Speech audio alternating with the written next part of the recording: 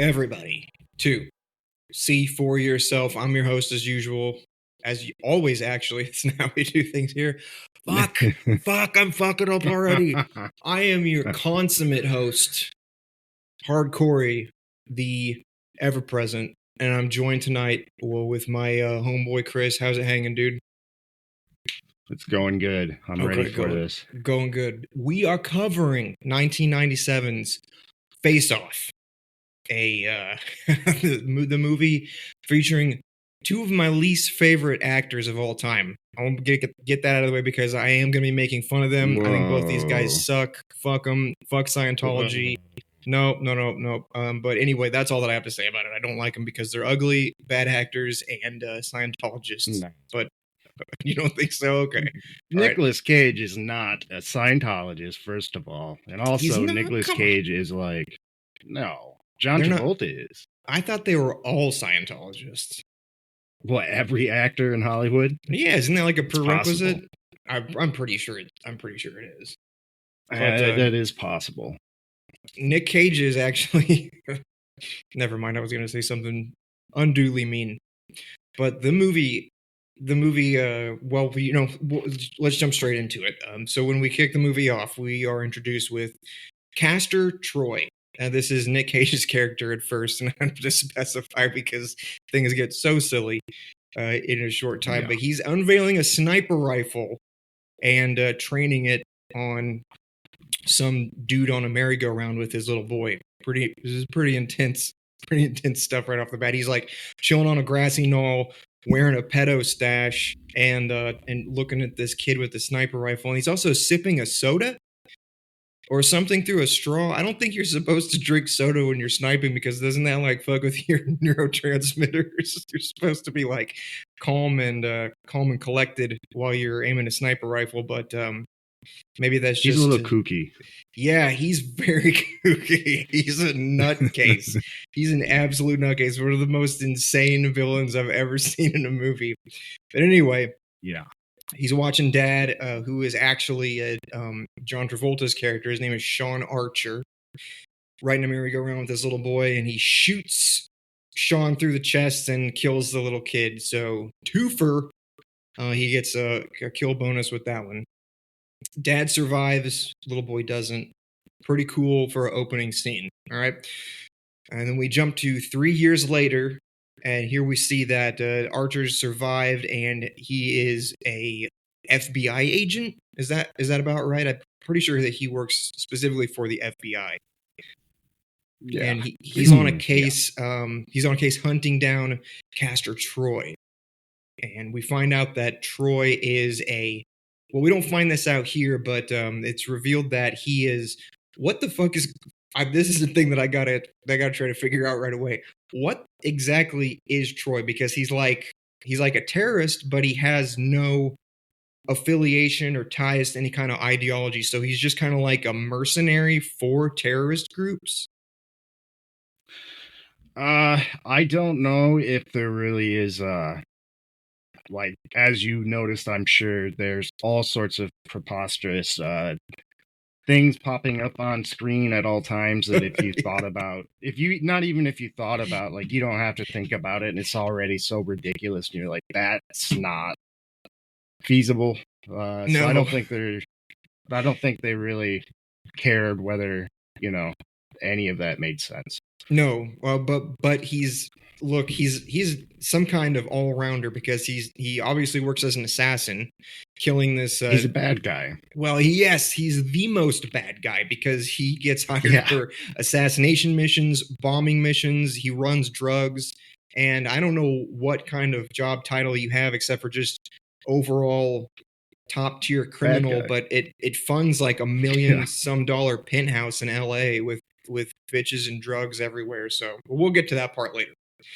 Point is, Sean Archer is hunting Castor Troy, and he's got, some personal stake in the issue because dude murdered his son. He's not happy about that. Troy is planting a bomb and at the LA Convention Center. This is a weird fucking scene where he's dancing around like some kind of faux ballet thing while he's wearing a priest's vestments, right? And there's also like a children's choir singing at the convention center, and he just kind of like waltzes up to them and starts headbanging. And then he goes up behind one of the girls and macks on her and grabs her butt. And I thought that this was going to be like, okay, so he knows her. She's one of his accomplices, because she just kind of gives him a knowing look and doesn't really say anything like, help, this man is molesting me. But no, she's just literally some teenager in a choir that he's molesting. So he's definitely a bad guy. But that's a very weird scene. Anyway, the bomb has been planted. And he takes off to meet his brother, Pollux, who take off on a jet plane. And he gets to work also molesting the flight attendant on the jet plane. He's going for a prison speed run, I guess. With all man, that scene. What was it? Where he's like, what is the address, or what would you say if I asked for your address to send you flowers? Yes. And then he stops and stuff. He's like, no, wait. Actually, what would you say if I would allow you to suck on my tongue or something like that? It's like, it is just the way he says it is just like, you like all fucking engines are revved up, ready to go from the get-go. No, he's so slimy. It's foul. And the girl jumps right in and complies, but that actually makes sense later on. I hate every scene that Nicolas Cage is in and everything that comes out of his mouth and the way he looks and sounds and probably smells. Man, that is the opposite. I mean, he's ugly or whatever, but I don't know, man. He is like the most, bar none, entertaining actor. Have you ever seen The Vampire's Kiss? No. Oh man, no. That's one you gotta watch. It is. You would think this is the movie of all movies for Nicolas Cage's most out there, full, blown craziness, but it's not. There's a movie that he is even more crazy in. Okay, I'm gonna have to watch them because I'll tell you one thing. It's something to say that he gets a real visceral reaction out of me, right? It's not so much that I hate him so much that I don't ever want to see him again, but it's one of those love to hate things. It's heat. It's like a heat from that a heel gets in wrestling. It's not go away.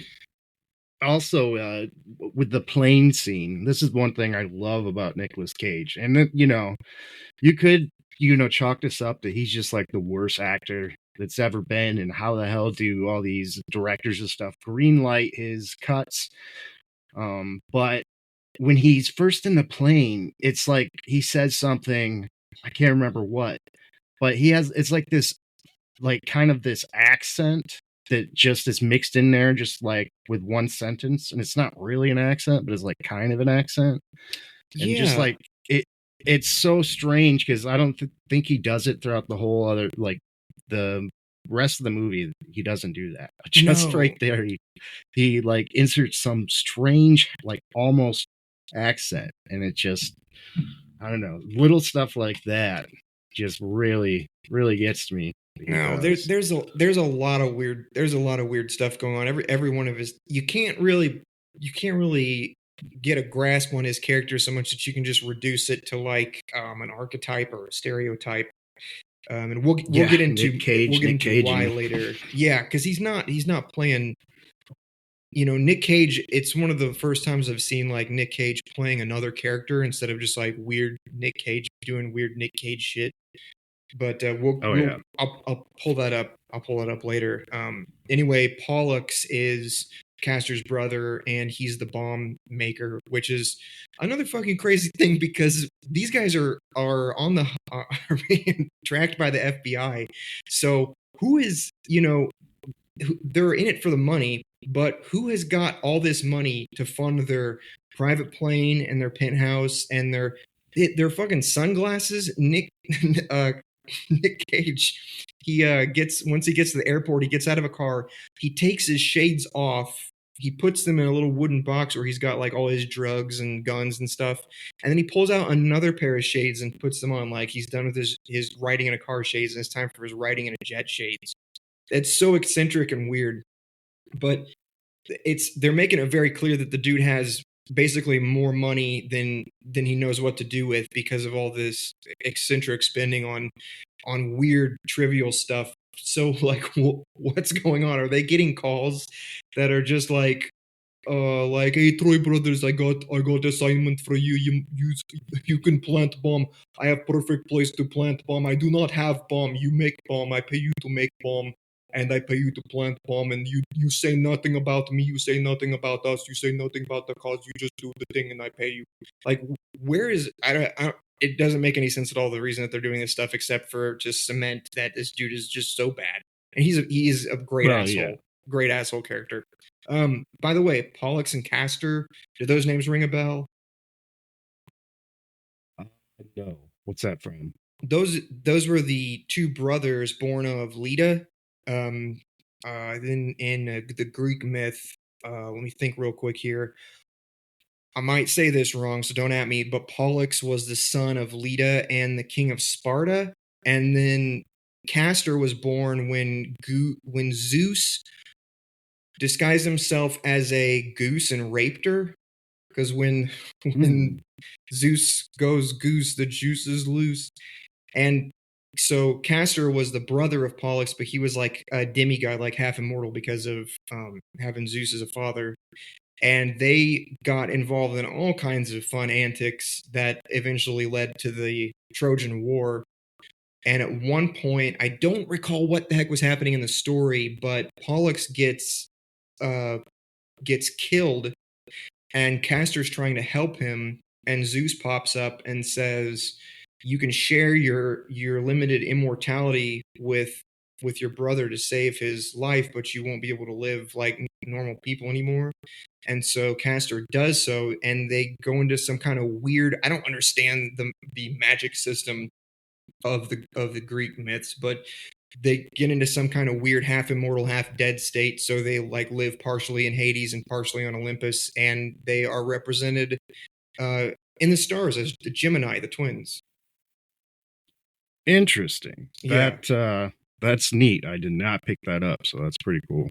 I definitely knew the names, but I don't know the myth well enough to know if they're actually like referencing that in the relationship between the Troy brothers here, but I don't think so. I think it was just like a cool name that they found for two brothers, and that's what they ran with. A little bit less transparent than Cain and Abel, I guess, and plus they weren't enemies, but yeah, they're obviously not great buddies. They get along well because they're, brothers in crime. But anyway, they're trying to take off in the plane, and the cops show up. All right, and the cops don't just show up, but they arrive in a big way. Archer is in a Humvee playing chicken with the jet plane, and then behind the jet on the runway, there's like a dozen police cruisers, there's motorcycles, there's a helicopter. They're coming out after these guys in force, but just a little bit too late. The jet's taken off. Think here, the girl that Castor was making out with pulls a gun and declares herself an FBI agent, but she just gets owned immediately because Castor throws a box at her. So, that's kind of sad. And, or Pollux throws a box at her, and then Castor takes her hostage with a gun to her head and leans out the window. And Sean, who, knows that he's got an agent on board the plane, is like, oh shit. And so he swerves out of the way, which like, well, what were you going to do, bro? Were you going to ram the plane's landing gear with your Hummer? That might actually work, but probably would have killed him. But he's tenacious, man. I think that scene was to like illustrate that he wanted revenge so bad that he was not thinking rationally. No, but it's pretty clear that he does care about his teammates. He's not willing to put his teammates on the line. Yes, yeah. So he swerves out of the way and turns around to chase the plane, but Castor shoots the agent anyway and throws her out the side of the plane. So he has to stop and make sure that she gets taken care of. And then he commandeers the helicopter, dude, and he goes after the plane with the helicopter as it's trying to take off. This is awesome. They're having a shootout, right? Like they're like Castor is leaning out of the jet plane, firing at the helicopter. Archer lands the helicopter on a wing of the jet and breaks the wing off. And then he turns sideways and shoots out the helicopter window and into the plane engine and takes out one of the plane engines. Which I think technically that is something that you might be able to do with a big enough caliber bullet. I'm not totally sure. I know that it's happened where birds have gotten sucked into a jet engine and fucked it up so good, but I don't think it would like explode in a huge fireball, but everything does in this movie, and we'll see plenty more of that. So anyway, the Troy brothers, they're forced to crash the plane into a hangar, right? They swerve off the runway and crash the plane into a hangar. And then Castor jumps out Max Payne style with two handguns, just like mowing down cops as he's flying away from the fuselage of the jet. And there's this huge, crazy gunfight in the hangar here. And of course, there's all kinds of fun explosive stuff stashed here in the hangar. And I started to notice right away how many sparks spray. It's like every single surface getting struck by a bullet is some kind of super reactive metal. So there's sparks going off everywhere to show you the bullets are flying wild. They managed to capture Pollux. He doesn't put up much of a fight, but because so many cops were mowed down, Castor gets away. And Archer goes after him. And they meet up and have a quite a duel. Lots of jumping around. I think that a crane is involved at some point. I don't remember exactly, but it is way over the top. And they're trying to shoot at each other, and they eventually get to, the natural into a gunfight where you both have your gun in the other guy's face, so that you can shit talk each other. And let's see, Castor tries to shoot him, but he's out of bullets. And so he drops down to his knees and he starts acting like he's begging. And this is, classic cop move where once you have a guy disarmed, you walk right into range you walk right into melee range with your gun pointed right up against his forehead. And Archer almost gets stabbed in the balls because Castor pulls a knife out and swings for him. But Archer's faster and he just kicks the knife away. Let me see. Pollux jumps up and then he gets pushed behind a jet engine that's been sitting there evidently for testing, and he gets blown down into a long, like metal ventilation tunnel for the jet blast. So it's like a Mortal Kombat fatality, and he gets slammed up against a grate, and it looks like he's dead, but you kind of know he's not because it's just the beginning of the movie. So anyway, the brothers Troy are apprehended, right? Let's see. Archer goes home and he runs into some domestic discord. He's got a teenage daughter and she's being a teenager, right? She just got her nose pierced and her mom's having issues with that.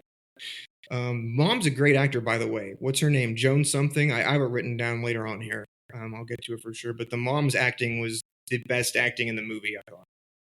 Oh, no way. You are on some drugs, man. Wow. No, she was real convincing. She actually grounded the whole movie because she was so subdued and realistic with all of her reactions.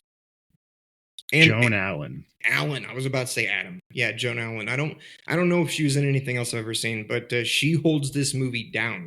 She keeps it from being a Saturday morning cartoon with her. I did have the same thought. Mostly, actually, I didn't even think about her in particular, but how the movie's so over the top. It is cartoonish, but it's actually almost sincere when they do the emotional. Almost, it's like sincere when they do this emotional stuff, and that is all because of her. So that was yes.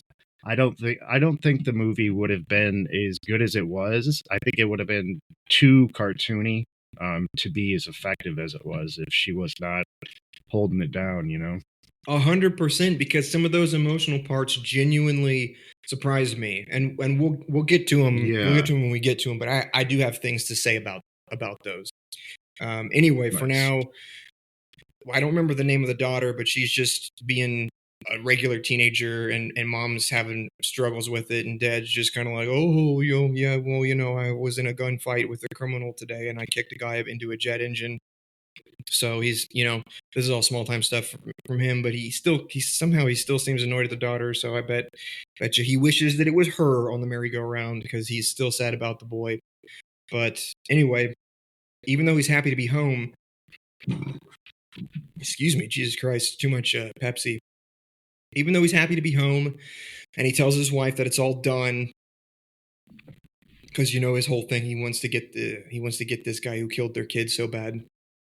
Wife's happy that he's going to be done with all this. He says he's going to get a desk job and stuff, but they find out, the FBI that is, that there's a bomb been planted, because they pulled a data disk off the plane that had the plans for the bomb in it. Now, the plans for the bomb reveal that it's real high tech, some kind of chemical weapon. I don't think they specify exactly, but it's either some kind of biological or chemical weapon, and so they can figure all this stuff out, but they can't figure out where it is or how to disarm it. So they're going to need information from the Troy brothers. Now, with Castor dead, there's only one thing to do, which is talk to Pollux, right? Pollux isn't going to talk to anybody except for his brother. So Archer's like, well, fuck this. What do we have to do? Beat it out of him? And they're like, no, we've got a better idea.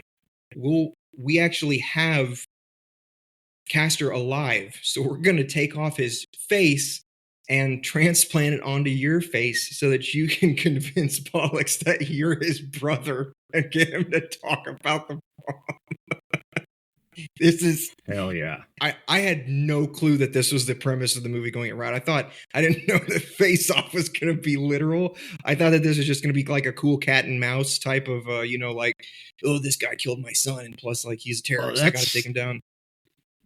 Real quick, I do want to say that was my experience too, but also watching this movie, I didn't know, I'd heard about it and people saying, oh man, it's great. But I had it pictured as just basically one of those movies. It's an action film that was kind of so bad it was good, and just like your stereotypical kind of cheap action film. I had no idea that it was like good. I mean, it's so good, it's good, but it's over the top, but it's like, it's not bad. So no, but this premise is fucking stupid and insane and really, really inventive and cool. It's all those things. It's a whole hodgepodge. It's untethered. Yeah, it's untethered completely. Yeah, I didn't know it was going to be some crazy sci-fi shit. But anyway, that's the plan. Archer's not totally on board with this, but because he wants to shut down the Troy brothers' operations once and for all, he feels like he has to go through with it anyway, right? So yeah. He has to tell his wife, I got one more job. They need me back just one more time, and she's not happy. But I think that I don't know what they tell him that they're going to be able to give him his face back after it's all over. So I guess he just plans to be away from his wife the whole time, even though, let's be honest, Travolta face swapping with Cage is more of a side grade than anything else. So anyway, they get his face swap done, and that scene is actually pretty cool. It wasn't super gory or anything, but it was nasty. I'll tell you one thing. I was highly bothered that while they have his face off and they're getting ready to put Troy's face on his, he's just like laying there on the operating table with all his muscle and shit exposed. They're cutting his hair to make it look like Troy's hair while his face is off. Can you imagine? You know how bad it is when you get a haircut and you have to do shit for the rest of the day and you've got like itchy hairs poking you under your shirt. Imagine now that that's under your like fucking dermal layer and it's poking at your muscles and your fat and your nerves and shit while you're trying to just like smile or move your eyes and stuff. What were they thinking? Well, there was that scene too where he was like itching his face against the wall because he was handcuffed. Oh, I know. So, I hate it. So nasty. I did not think about that, bro. It got me immediately. Anyway, yeah, Jesus Christ, this is such a wacky concept. They don't explain how they get the skull shape and the teeth to match. I guess that they do gloss over the fact that their eyes look similar enough that nobody's going to notice. So that's kind of funny. And then they implant. It's some kind of electronic formant modulator and some kind of tone, like electronic tone adjustment technology in Archer's trachea, and they tune it so his voice matches Castor's voice. So this was 1997, right? So it would have been, what was it, 5 or 6 years later when that chick got her shit all ripped up from getting drunk with a fucking monkey. You know who I'm talking about? The woman from Massachusetts or something. Oh, the monkey lady? Yeah, they were getting drunk with a chimp, and he killed his owner, and they tore this lady all up, and she got onto Oprah and stuff, and she looked so haggard. There's no way that the actual technology for a face transplant like that was going to work back in 1997. But hey, you know what? She still looks better than Nicolas Cage. Fucking got your ass. Rich actor, rich guy who doesn't know who I am. What do you think about that now? Anyway, he's not happy with getting Castor's face, right? He kind of freaks out whenever they wake him up from the operation procedure. But hey, it worked. He looks pretty convincing because, you know, it's the actor playing him, which this is what I was going to say. What a cool concept to have two totally different actors play the same character. Oh, yeah. Genius. Yeah. Now I have seen one other movie that does this. Obviously, there's Freaky Friday, right? That's kind of a dumb, low-tier example, but there's a movie there's a lot of those. Well, I suppose you're right. There are a lot of them. The best one was Jack Lemmon in The Great Race from 1967. Have you seen that one? I have not. Never even heard of it. Man, we're going to have to do that. It's Tony Curtis, Natalie Wood, and Jack Lemmon and Peter Falk. Oh, Natalie Wood. Dude. I see why you've seen it. Oh, absolutely. It was I had some first-time thoughts watching that movie when I was young. But anyway, Jack Lemmon plays two different characters in that movie, and they're so completely opposite. And at one point, one of his characters has to imitate the other one. So not only is he playing like two completely different characters, one's like a drunk idiot prince of a kingdom in Russia, and one is like a mad scientist type. And the plot is that his mad scientist character has to pretend to be the drunk prince for a coronation ceremony, so that he can help some kind of coup happen in the kingdom. And so he's not just playing like two opposite characters, but he's playing one character pretending to be his other character. And it's absolutely insane. It's really, really funny too. But anyway, I love it when they do stuff like this, having actors play different characters. And I love how they did this one too. Not so much with Cage playing Archer, but I think that John Travolta playing Troy was really, really cool too.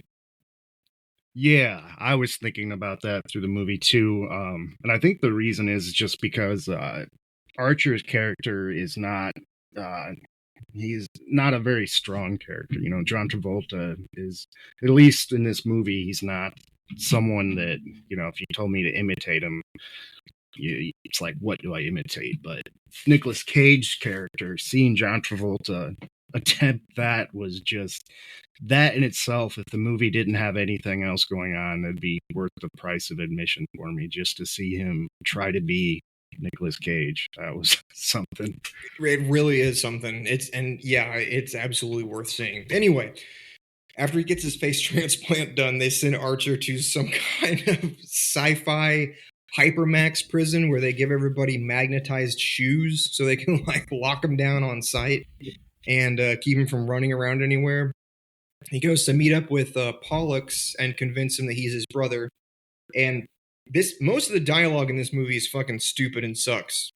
I'll throw that out there. Especially when they try to get clever with it, it comes off like real edgy and stupid. The but Nick Cage playing Archer, trying to act like Troy, is pretty cool, and especially the way that he talks to his brother, it's somewhat believable because Pollux is a little bit sketched out. I think that he's he's a smart guy, so he's got some kind of snooter that there's something up with the way that he's acting and talking and everything like this. But seeing him trying to put himself in the shoes of a villain and convince everybody that that's who he really is, it's a little bit convincing because as an FBI agent, obviously he would have been super familiar with this guy's whole dossier and MO and his mannerisms and stuff like that, right? So it's not unbelievable, it's fantastical, but it is also pretty cool, especially this scene in jail when he gets his ass kicked his first hour in the mess hall, beating up some guy that apparently Castor screwed over in the past with some kind of crime deal. Apparently everybody knows who Castor is. He's like some kind of legend, right? Yeah. Yeah, somehow the cops have not nabbed him.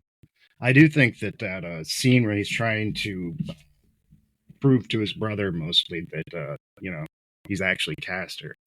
As far as like just plot, I thought that was kind of like the most interesting. Like the tension was good there. I was enthralled to see, how that played out. So I like that. Me too. Me too.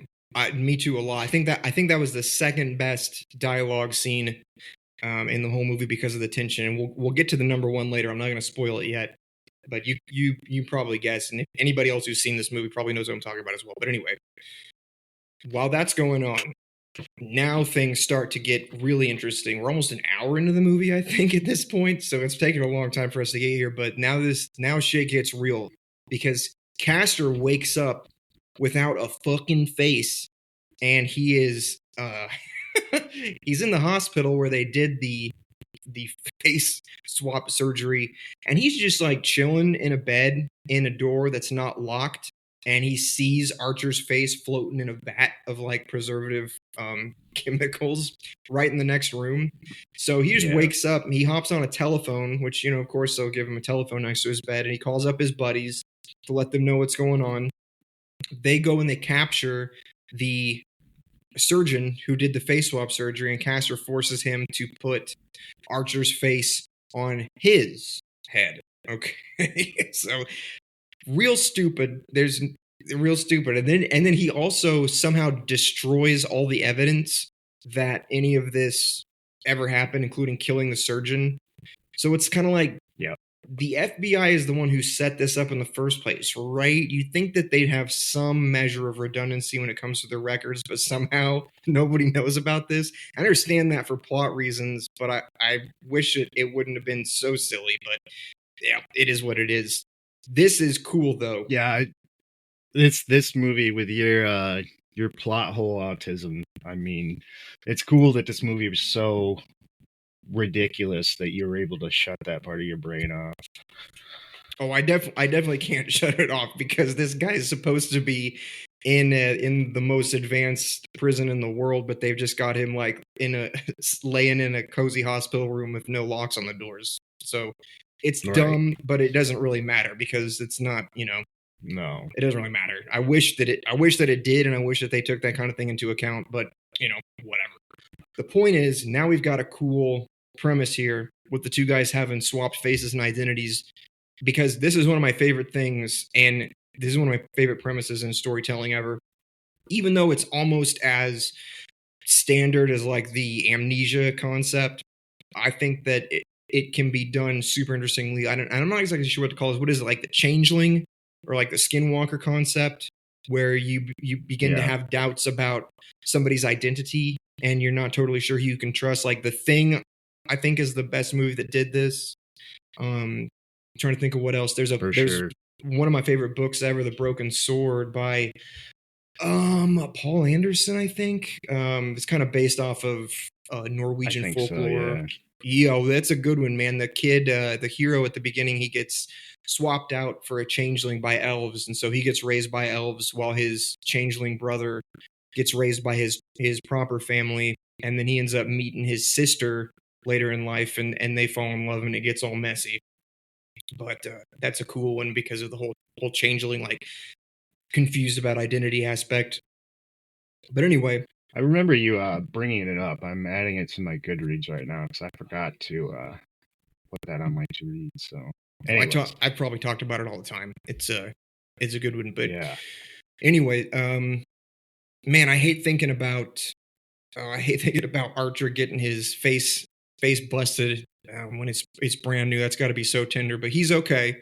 His face doesn't come off, and his little trachea voice modulator is okay. So he does convince Pollux to talk about the bomb, and Pollux drops that the bomb is in the LA Convention Center because Archer's just kind of buttering him up about how cool it is. However, this is when Castor rolls into the prison wearing Archer's face. And he tells Archer right here that the surgeon's dead and all the records of their face swap have been destroyed. And so nobody knows about this. Archer is totally crushed. Troy goes home, and his demeanor obviously is completely changed because he's got the opposite mannerisms. So Eve, his wife, is just a little bit weirded out, like, yeah, okay, whatever. Well, I've got shit to do. She's busy. She's a doctor. He super creeps on the teenage daughter. He barges into her room while she's in his underwear, and he gets real up close and personal with her. After she asks him to get out, he's like all rubbing on her while she's like pressed up against her dresser. You have something I crave. Yeah, and he like reaches behind her as if he's gonna grab her butt, and I straight up covered my mouth during this scene. I was like, oh no. But he just grabs a pack of cigarettes and he's like, I'm not gonna tell your mom if you just let me have one of these. And she seems totally fine by it. He says, I won't tell mom if you won't. And that itself, I thought was like, whoa. And that's extra gnarly because earlier, whenever they were having the gunfight in the hangar near the beginning, he's taunting Archer and about killing his kid. And then he says something about, how's your daughter? Like, is she ripe yet? Something about her being ripe. Yeah. Oh, so gnarly. He said it twice. He's like, how is she ripe? And then he put emphasis, like, is she ripe? Like a second time to really emphasize the ripe part. I was like, dude, oh Lord. John Travolta can play a sleazeball just as well as Nick Cage can. So this works out well. This works out so well. Anyway, let's see what happens after that. Oh, that scene bothered me so much. I got the willies. Dude, yeah. I got very uncomfortable. Yeah. I actually started thinking, I was like, wait, is this okay to put in this movie? You know, is this kosher? And also because they prime you to think sexually about the daughter because she's laying in her room in her underwear, like rolling around on the bed all sexy, and she's talking on the phone, and she's like, I don't even remember what the name of this dude is, but she's like, hey, I got your email and I read your poem. It was so kinky. So like immediately, like she's sexualized, and then it enrolls creepy ass Travolta perving on her. But anyway. It zooms in, like she's standing up and it just straight up zooms on her ass and panties. And like, you gotta you're thinking about how this is an underage chick and it's just like, whoa. I mean, I was hoping that she was college age. It didn't actually occur to me that she might be, Lord knows what age she is. I don't even know who this actress is. But no, either way, pretty gross. He doesn't actually do anything though, except for get extremely weird, and I don't think she reacts appropriately anyway. But the point is, he has let Pollux out of prison, right? He's on the pretense that he's going to interrogate him about the location of the bomb, since he's taken over Archer's identity. Everybody seems cool with that. So he brings Pollux into FBI headquarters and tells him that he's got a new plan, which is actually pretty smart. He tells Pollux to go ahead and blab about the location of the bomb so that he, as Archer, can save the day, and use the influence that he gets with his anti-terrorism fame to start wiping out all of their competitions in the crime world. That's a cool idea, and that's a cool plot. Doesn't really go any further than him just trying to go after Archer with his persona, but that's a great idea, and Pollux is all for it. So that actually turns out pretty well. Meanwhile, let's see, Archer, he has to hatch a plan to escape from prison while Troy is turning his wife inside out.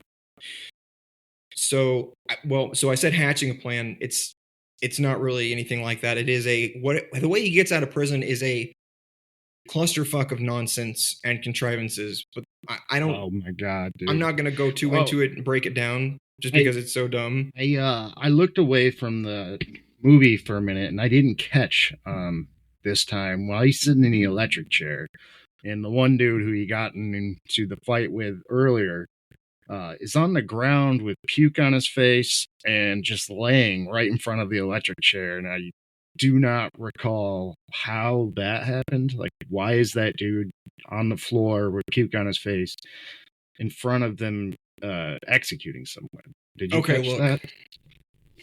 Let's break it down anyway. Just because this is so silly, I guess it's worth talking about. So Archer's in the mess hall again, and he starts a fight with one of the guards. He tells the guard that he wants a cigarette. Guard says, fuck off. He punches the guard. There's a huge brawl, and he manages to snag a cigarette anyway, and he's holding on to it while they lift him up and play like pass the dude, carry him out of the mess hall, and they take him to a back area. Oh yeah, and this is all because he's found out that the only time they take off your magnetized boots is when they put you in this, like, I don't know what the fuck this is, some kind of like shock therapy chair. It's not really an electric chair, but for some reason he figures that that's his time to make his break because his boots are gone. But anyway, he goes through all that rigmarole to get a cigarette, and he gets taken to the electric chair where that dude he got in a fight with is getting zorched.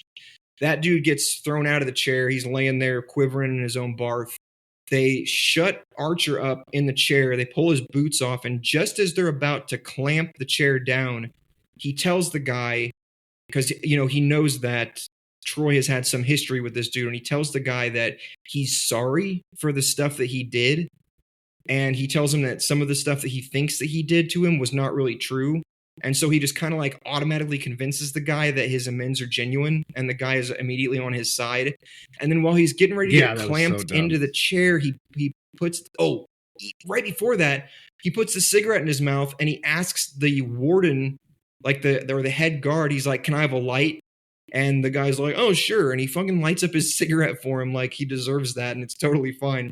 So he's got this burning cigarette, and as they're getting ready to put the arm clamps on him, he singes the dude's arm that's clamping him in, and then he jumps out, and the other prisoner on the ground jumps up, and they just beat the shit out of all the guards, grab their weapons, and then go on a fucking nuts killing spree through the whole prison. I guess it, as much as Archer cared about his FBI buddies, he would even like prioritize their safety before going all out and capturing Castor. He doesn't give a fuck about DOJ officers. So he's gunning them down like they're fodder. And this other dude is with him. He snags somebody's automatic rifle, and they just go fucking ballistic all through the prison here. There's one scene where Archer grabs a flask of sulfuric acid, and he throws it up above him between two guards, and then he shoots it, and it explodes, which I don't think that sulfuric acid is that reactive, but I might be wrong. I'm not a chemist, but the sulfuric acid spews all over these two guys, and it lights their body armor on fire. There are visible flames on these guys' body armor, which I know, but I don't think that happens either. But like I said, I'm not a chemist. So never mind the fact that they just had a bottle of sulfuric acid chilling there. It's great. There's also a scene where he gets underneath a catwalk, and there's a guard with a gun above him, and he aims up and he shoots up through the catwalk through this dude's foot. and he lets out a scream that I recognized immediately from a whole bunch of different movies. I'm gonna have to upload it real quick. Hang on, we'll cut this out later. We'll cut this out later, but I've got to add this. I've got to add this sound effect in here because it's fucking amazing. Was it Yes. I caught that too, dude. That was such a. And I also think that maybe that's like one of those, like, I guess, stock sounds that they used in multiple movies. I don't know what it is, but there's a bunch of these like stock sounds that I don't know if it's like a running joke in Hollywood where they reuse these like this library of stock sounds they have, because I've noticed several movies that like I don't know if it's that raw, but there's another one, and then also like a guy dying sound that I hear all the time in movies. Yes, it has to be like a running joke. It is. I had to look it up because I was like, no way. I've heard this so many times in so many places. So I looked it up. It's called the Howie scream, and it's not as well known, I guess, as like the Wilhelm scream, but this is a real thing. Let me think of the couple of places that I remembered it from. Do you remember the Nickelodeon TV show called Real Monsters? Oh, of course. Okay, was in the theme song for that. It was in the Terrans in StarCraft. They use it for the Terrans. I think it was the barracks when you selected the barracks building. It's been a long time since I played StarCraft, but it was in one of the building sounds. It was in, I think it was the Alien 3 game for SNES. I think it was like the game over sound in that one. But it pops up everywhere. It's so bizarre that they keep doing this. It's so weird, but I'm gonna play it real quick and just listen to it naked, and you'll understand this. It's so fucking funny. Listen to this. Dude, I have heard that. I wish I kept track. I have heard that so many times. I know. It's so funny because there's been a lot of instances too where it's been like pitch shifted. Or something like that to make monster or animal sounds, but just like the weird harmonics from the first part of that scream make it sound so inhuman. It's really funny. So I loved hearing that, and it was so plain there. It finally struck me like I've got to look this up because I've heard it way too many times. What's it called again? I need to have for future reference. This one is called the Howie scream. I got the Wilhelm scream queued up here, so I can check that out in a bit. You'll recognize that one. For sure. But anyway, let's finish out this prison break. I think that at this point, the pyrotechnics guys in the crew were like, "Look, we've got all these zirconium bullets, and we're gonna shoot them all off here because we can't let them go to waste." So there are sparks spraying everywhere. Not only does every bullet impact have an explosive spray of sparks, like there's an arc welder going off, but also somehow Archer manages to get into the electrical control system from the monitoring panel that is set up above the mess hall, and he starts sending off some kind of electrical overload throughout the prison. I wasn't totally clear on why this does. Presumably he's trying to override the locks, because he does manage to get up a staircase and get out the prison, and he exits into sunlight through a door with no kind of mechanical lock on it or anything, because why would you lock anything in this universe? Nothing has locks. And he's on an oil rig. Just an oil rig out apparently in the middle of the ocean. That was a cool scene. I was like, whoa, what a badass concept for a maximum security prison, until they pan a little bit and you just see a bunch of commercial and private vessels floating around nearby, and then there's a mountain range that looks like a handful of miles off to the side, so they're just right off the California coast. So it's not that got me pretty good. But then there's another, as if that's not funny enough, then there's a boss fight where a fucking helicopter pops up and there's a dude with a minigun strafing him. So he goes running across the oil rig platform and he jumps off, and there's a really funny scene after he hits the water. The helicopter pilot just kind of he just kind of like casually glances over his shoulder at where he hit the water and just gives kind of just like a all right, and just buzzes off. They don't even bother to look for his body or anything like that. So I got a big kick out of the whole prison escape. That was the most nonsense ever. But like I said, they had a whole bunch of pyrotechnics, and they needed to get him out of prison somehow. And by God, they did it. Not in a way that made sense, but it worked. Speaking of having no keys or locks anywhere, Archer gets to the mainland real quickly. His shoes come off. I don't remember what the fuck happened to his shoes. At some point, he has to remove them while he was in prison or something. So he's back in LA real quick. It obviously didn't take him that long to swim, and he obviously wasn't too far from LA proper. He must have been just right off the coast, because he manages to walk to a parking lot without his shoes, and he just pops open like a valet key box and snags somebody's random set of keys and steals somebody's Volvo. So this is where the movie should be at its best, because his identity has been taken over. And he's going to have a hell of a time convincing anybody that he is who he is, because there's no record of the face swap or anything. So he does a smart thing here, actually. Well, first he does two dumb things. He calls his wife from the car phone, and she's not going to listen to him, obviously. He tries to tell her, like, look, don't hang up. I'm actually your husband. I'm not actually Nick Cage.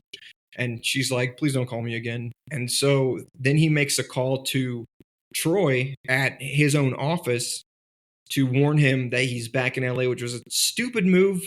But presumably Troy would have found out anyway, so it's not like he fucked himself over. It just doesn't seem like something a relatively smart guy would do, because neither of these guys are actually stupid. They don't really make any kind of stupid, fuck themselves over decisions.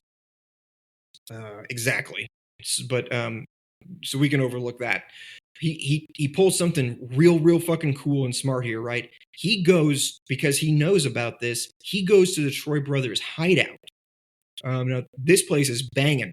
This is like a penthouse with like a multi-level like bar area. I love this place. The design of this was fucking awesome. I don't know how much of the budget went into using this space or what it really is, but the hideout here looks fucking dope, and it made me want to be a criminal or whatever, a mercenary terrorist. I don't really know if it's worth it, but I do like how they live lavish in here. So Troy has an APB out for this guy. So Archer makes his way to the hideout, and he convinces everybody that he is who he is. They don't really question it. They're kind of excited to see him because he's presumed dead, I guess. And he convinces everybody at the hideout, his gangster buddies, that they're going to take out Archer, which is really Troy. And they're all on board. And they also give him some drugs, because obviously, like, he's a gangster. He's going to take drugs. And they give him some drugs, and he starts tripping balls. And it's so funny. He's like, oh, man, excuse me, I have to go use the little boy's room. He goes to the bathroom, and he stares at himself in the mirror. And this part made me laugh, because you know how bad it is when you're having a rough trip and you go to the bathroom to try to chill out, and you end up staring at somebody that you don't recognize in the mirror, except he's actually got somebody else's face for real. So it was really funny. And then a chick shows up that he obviously has some kind of history with, but I think this is the first time that we see her. Do you know who I'm talking about, or what this chick's name is? Are you talking about the one in a plane? No, this is Troy's ex-girlfriend. Oh, that's her. I got those two mixed up for some reason. I thought, yeah, okay. I thought that she was like doing a double. Well, hold on. Let me look it up, because I do know that she was doing like some double agent shit. Well, she did get pulled. She got pulled into the FBI for questioning by Archer before he decided to go ahead and go through with the face swap, because he says he's just going to question. He's going to question Troy's buddies, and so he brings her in there, and he asks her when was the last time she saw Troy, and she says, I don't have anything to do with that guy anymore, because there's a threat that the Child Protection Service will show up and take her son away, and she wants to protect her son. I don't remember this chick's name. but she is pretty cool. It's Sasha. Sasha, thank you. Yeah, she was a Yeah. cool character. They actually had some like the women characters in this movie were put off to the side, but they were actually way more nuanced and interestingly realistic compared to the two main good guy and bad guy here. But she's actually really interesting. She kind of takes care of Archer, thinking that he's Troy. And there's a great scene where he's in her bedroom and her little kid comes in, and he immediately starts having flashbacks to his own little boy, right? And as he's getting dressed, the little kid comes in and she's like ruffling his hair and stuff, and he this is one of those like dumb but kind of cool little bits of dialogue, and he's getting dressed and he's like, these are nice clothes, and she's like, well, yeah, they're yours, and he's like, that's a nice kid. And she's like, yeah, he's yours too. So that was kind of an interesting like wham moment where suddenly like Archer realizes that Troy is, he gets this sort of conflicting emotion, understanding that Troy was also a father. So you can only imagine what's going through his head then, as like, what's up with this guy who has a son that was almost my own son's age and would still murder my son. So Yeah. the emotional entanglement here suddenly gets like way more complex than I anticipated, starting off with this Max Payne gunfight in a plane hangar where everything's blowing up. But he also tries to kind of make good with Sasha, right? Because she expects him to be like the regular asshole that Troy really is, but he's not really like that, and he isn't playing a character around her either. He's kind of telling her that he knows what's gone on between them, and he's, it's a weird kind of thing where you can sort of tell that he knows how stupid it is to do the whole like, no babe, I've changed speech, but he's actually earnest about it. Yeah. Right. He despite the fact, that he's not connected to any of these people, he realizes that other people still are projecting all this emotional content onto him, and he has empathy for how, even though it's not him, how his actions and everything. It's kind of a weird type of empathy that, or like, not empathy, but yeah, just kind of strange how it's like purely just all the projection onto you, having no content of your own because it's not you, like. Yeah, but also I think what flipped his switch was seeing the little boy and like immediately comprehending how the responsibility that this woman feels for her son, and how she's in a weird inverse situation where he doesn't have a dad the way that Archer feels like he should, even though he's a great dad and he doesn't have a son like he feels like he should. So there's, True. like I said, that's an interesting and more complex dynamic than I anticipated seeing from this movie. But I thought that was cool. However, Pollux, that little fucking rat, he's got his eye on Archer, and he lets Troy know, and Troy 6, the SWAT team, on his own home base there. So the FBI raid their penthouse, and this is fucking outrageous. They go absolutely ham in here. I think that SEAL Team 6 was a little bit less trigger happy when they busted into Bin Laden's compound and killed him, because they're just fucking killing everybody. And this was a weirdly emotional scene too, because I totally bought that Archer felt a sort of protective responsibility to the little boy. His name's Adam, by the way, and Sasha. Yeah. Then they put headphones on him, so he's listening to Somewhere Over the Rainbow, and that song is playing as this crazy slow motion gun battle is happening, as a little kid is like watching all these gangsters who are the only family that he really knows get, shot up. Everybody gets fucking killed here, man. Only Sasha and Adam survive. And Archer makes sure that they escape right before Dun-dun-dun, fucking Troy himself shows up, and the whole place has been wasted. There's bodies everywhere, but they're having their real showdown at this point, or so you think. There's also a really sick scene in here where after they take a handful of pot shots at each other, they kind of like put their backs up against the same wall, so there's just like a thin wall separating them, and they're talking to each other through the wall. And Troy says something. He kind of suggests that they might be able to just like call off the fight and consent to go ahead and get their faces swapped back so that they can go their own ways and kind of go back to the Tom and Jerry relationship that they already had. And Archer says something like, "No, you've already taken something from me that I'll never get back." And so they whirl around and they point their guns at each other through the wall, but the wall is a mirror on either side. So they're like pointing their guns at their enemies' reflections that they see as themselves in the mirror. And I was like, whoa, this is fucking cool. I don't know who came up with that scene, but that was a sick idea. So they go at it. What the hell happens here? Something else goes down. One of the FBI dudes pops in with a grenade launcher, so Archer has to escape. And this is one of those weird things. He like gets to the top of the building, and I don't know how he figured out that Pollux was up here. I don't even know if he did, but he climbs to the top of a building and he grabs like a construction crane or some shit, and he Tarzan swings across the building and kicks Pollux into a window, and he goes crashing down a handful of stories and then dies at his brother's feet. So now Castor is all torn up. Even though it was kind of an eye for an eye thing, he can't handle it. So he's all pissed off. And he goes back to the office. What the hell happens here? This is really weird.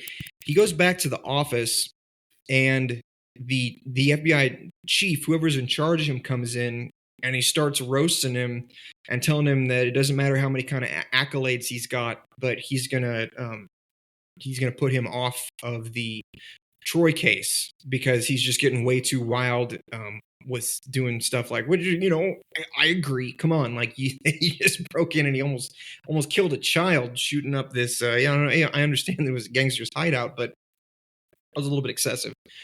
And he's insinuating sort of that he's got heart problems as he's getting, agitated. He's kind of like clutching at or rubbing at his breast. And then Troy just like knocks him down and punches him in the heart.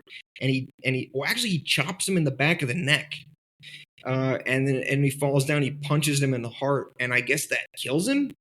Can you do that? I didn't bother to look this up. You'd think that if there was some kind of badass like heart punch insta-kill martial arts move that that's something that I would have heard of, but I never have, so I don't know how realistic this is. I think it's like pretty much the typical like kung fu movie pressure point type thing, but okay, I'll buy that. Did you know that John Woo, the guy who made the movie, is the guy who made Hard Boiled? I didn't know this was John Woo. Yeah. Fuck man. me. Well, a lot more makes sense now. Okay. Yeah, right. I wasn't even aware of that, but yeah, that'll add up. That's crazy. Sure. Wow, so many things just clicked, but yeah, that makes sense. Anyway, as Troy is murdering his boss, Archer breaks into his own house and scares the shit out of Eve. Scares the shit out of Eve. I'm not drunk. I'm just tired. He corners her in the bedroom, and of course, this is the moment that we all knew was coming. He's like, "Don't look at my face. Don't listen to my voice. I swear to God, I'm your husband." And she's like, "Please get out of here. Please get out of here. You're scaring the shit out of me." And he tells her, in a smart move here, he says, "Test his blood. You know that I'm type O. He's type AB." And then he books it. He gets out right before Troy comes home.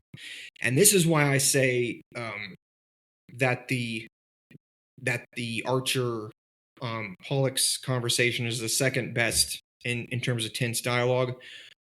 Now that this seed of doubt is planted in Eve's mind when her fake husband comes home and she's got all these doubts about it, she knows the consequences of slipping up and revealing that she knows that there might be something up, that he's not who he says he is, but she can't say too much or insinuate that she doesn't trust him, but she's also super fucking freaked out. So she's straining to keep her emotions in check. I thought that whole interaction in this scene was fucking awesome. Oh, this is where my favorite scene in the movie is. Okay. Can you guess which it is? I think we're coming to it. But okay. But tell me when I hit it. She takes his blood, right? And then she does test it and finds out that it's AB. Let's see. What the fuck happens here? This is where it's starting to get more confusing. She does prove that that's not him. That's the part where I think is the best, like, Skinwalker premise coming through. It's the real meat of this story. I really wish they got more into the psychology of it.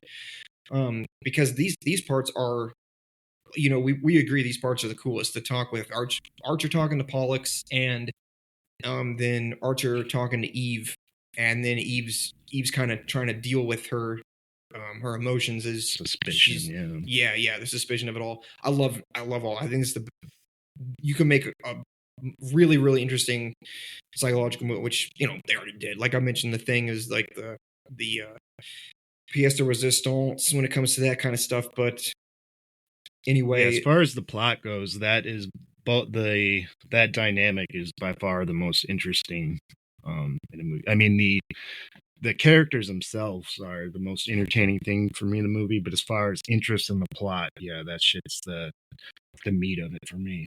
It is, dude. It's really good. It's really good. It's weird that it's kind of like a side thing where the whole, like, vengeance. Well, but I'll get more into that later. It's just really nice to have it in there because that definitely elevates this movie beyond just the dumbass special effects fest shootout that it otherwise is. But anyway, the cat's out of the bag to the person that it matters most to, Eve, right? She's kind of the fulcrum of this whole balance here, because now that she knows that her husband is actually Troy, they can set up a for real face off. Okay. Archer selects the church where his chief is having his funeral. Okay. And this set piece is fucking sick. Everybody clears out. Archer rolls in with his gun. Troy is, of course, a big pussy. So he confronts Archer with Eve as a hostage. He's got his gun to Eve's head as Archer's got his gun on him. But whoa, Sasha fucking shows up, dude. She knows somehow what's going on, and she doesn't know what's going on yet. She still thinks that Troy is actually Archer, and she's pissed at him for killing Pollux. So she comes in and she puts a gun on Troy, and then the crazy ass Mexican standoff, Troy's thug comes in and points a gun at Sasha. And this scene blew me away because I did not expect anything this insane. As they've all got their guns to each other, there's this really funny little bit where there's like what is that, like a marimba shake? Kind of sounds like a rattlesnake tail. Yeah. As everybody's eyes are darting around and their fingers are like tightening on their gun and like sweat's dripping down their forehead. So it's like this evoking the kind of like Western, like standoff. Yeah. Cliche. Very cliche, but it's so fucking cool. And then when they actually do start shooting, this is like one of those scenes at the end of like an anime when like the hero gets to do his like ultimate attack on the final boss, and like 3/4 of the season's budget just goes into this one scene, and it's all like super smooth and super detailed and really awesome because it's in slow motion, and the camera is jumping around from like images of the crucifix to like doves flying in slow motion to bullets flying in slow motion to people getting shot, diving out of the way. So there's all this iconography of like vengeance and salvation and sacrifice, and it's just I was not prepared for this. Yeah, in a church, a beautiful church. I was not at all prepared for this, and this scene like pushed me back up against my chair. I was just like, "What the fuck?" Now that you mentioned John Woo, I'm a lot less confused about how this popped up seemingly out of nowhere. But yeah, was this your favorite scene? No, I forgot to stop you. And actually, my favorite scene, just forewarning, you probably didn't even notice it. It's just like this quirky, tiny little bit that for some reason, I remember the first time I watched it, for some reason it hit me too. But it's when he goes to the hospital after she tested the blood, and he's convincing her that he's actually Archer. And I actually have it pulled up just so I don't butcher it.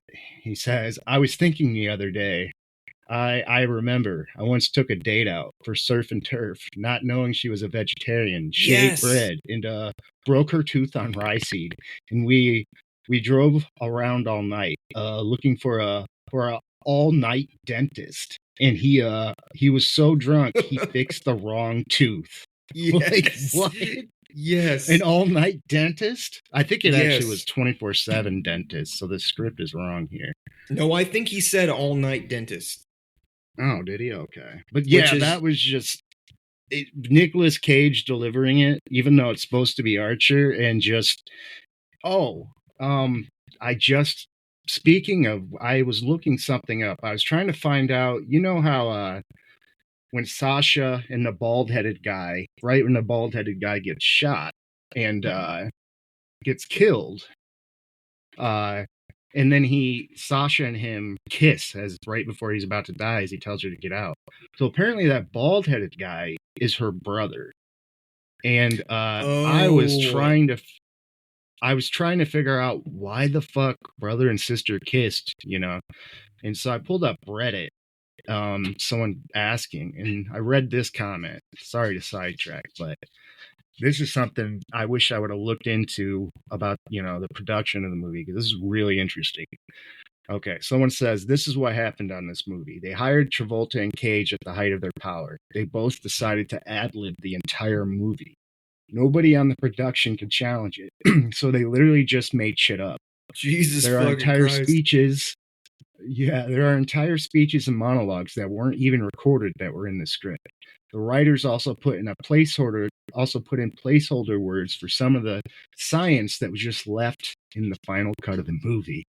Like, for example, the microchip that somehow makes their voices different. That was supposed to be rewritten in some sciencey mumbo jumbo, but they just left it as microchip in the movie. That adds up. Fun fact, the boots in a magnetic prison were leftover props from the Super Mario Brothers film. Oh, shit. They look stupid as fuck. They don't look like they should be in that movie at all. They're obviously like plastic or something. But that is wild. If that's all true. That makes a lot of sense. I did miss that detail. So Sasha shows up at the Mexican standoff, all pissed off that her brother got killed. For some reason, I was confused, and I thought she was mad that Pollux got killed on behalf of and actually, Castor. When I was looking this stuff up, the first thing that came up, and I was looking up her character and the brother, was that apparently she really wanted to, in that scene, show up bald and just have it be this like silent like gesture to show that because her brother got killed, that she shaved her head, and she wanted to do that scene bald. So that was her intention. Wow. Yeah. I mean, that would have been cool. I love that trope of a girl like cutting all her beautiful hair off just to like show that she gets serious. It's kind of like the classic like fantasy medieval version of going Super Saiyan for a girl. Joan of Arc. Yeah. Joan of Arc was Ninja Scrolls another one. That's one we'll have to do, dude. We'll have to do Ninja Scrolls at some point. But to go back real quick, that scene where Archer is talking to his wife after she runs the blood test, and he goes through that whole recollection of their day. He ends it by saying after all that they went home, and he said, and I'm sure it hurt, but you kissed me. And that emotionally resonated with me. The last thing that I expected from a scene with John Travolta in or Nicolas Cage in such a goofy movie. That I thought that was actually really sweet and a good line. I don't know if that was improv. If it was, then props. I don't take back anything that I said about Nicolas Cage being an ugly son of a bitch, but that was a good line. So anyway, after this extremely insane rock and roll cinematography, let me see what all happens here. Sasha dies. She doesn't survive. She gets shot up, and so Archer grabs her, and as she's dying, she asks him she tells him to take care of their son. And I thought that was really cool, because this is a weird way that he's not really. Oh, this is really complicated, right? Because he's sort of getting a quote unquote replacement son for the boy that Troy killed, but he's also taking Troy's son that he's not taking care of. So it's not really so much of a replacement, but I can understand that it would feel to him like a kind of rectification of this whole situation. Does that make sense? It's really weird, but it made sense. Well, yeah, he's leaving the son fatherless, and his son was taken from him. He's sonless. So it's really just like this perfect jigsaw puzzle of like retribution, compensation, karma. I don't know, just like everything just kind of, canceling each other out. Yeah, I like that a lot. I thought that was cool. It's so silly, but the silliest part though is the movie ends, and sorry if I'm jumping ahead here, but he just shows up and walks in the door, and then he pulls the kid from behind the wall there into view, and he just springs on his family. Hey, this is our new son. He doesn't talk to his wife first or anything. Yeah, and the daughter is like, "Hey, let me show you to your room," and she's all happy about it. Yeah, they got a room for him. Show him your new room. They already got a room for him. It's like, what's going on here? See, that I thought that actually I assumed that there was a conversation had beforehand, and he was just kind of doing this performative thing for the sake of Adam, like introducing him to the family. I didn't even think about that.